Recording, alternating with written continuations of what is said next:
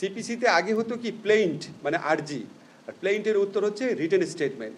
এই দুইটা জিনিস লিখিতভাবে জমা দেওয়া হতো, তারপর উকিলরা ওইটা লাইন বাই লাইন পড়তেন, আর ওকে যে প্লেইন্ট লিখেছেন তাকে বলতে আপনি এটা লিখেছেন, উনি বলতে হ্যাঁ লিখেছি, আদালত এটা শুনতো। রিটেন স্টেটমেন্ট আবার এটা লিখিতভাবে পড়ে শোনাতো। এই লিখিতভাবে পড়ে শোনা, আদালতকে শোনানো, এটা করতে করতে 6টা-7টা শুনানি লাগতো। 6টা-7টা শুনানি ডেট পাইতে পাইতে এমনকি 2 বছরও লাগতো।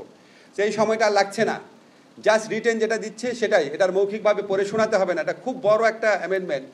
সেকেন্ড যেটা বড় অ্যামেন্ডমেন্ট সেটা হচ্ছে আগে টাইটেল হওয়ার জন্য একটা মামলা হতো, তারপর হচ্ছে আবার এটা এক্সিকিউশনের জন্য আবার আরেকটা মামলা হতো। তো অনেকে টাইটেল পেত, এক্সিকিউশন করতে করতে আরও 5-10 বছর লেগে যেত। এখন একটা মামলাতেই সব নিষ্পত্তি হবে। আগে আপনার ইচ্ছা মতো অ্যাডজর্নমেন্ট নেওয়া যেত, 6 বার মুলতবি নেওয়া যেত, এখন সর্বোচ্চ 4 বার মুলতবির ব্যবস্থা করা হয়েছে।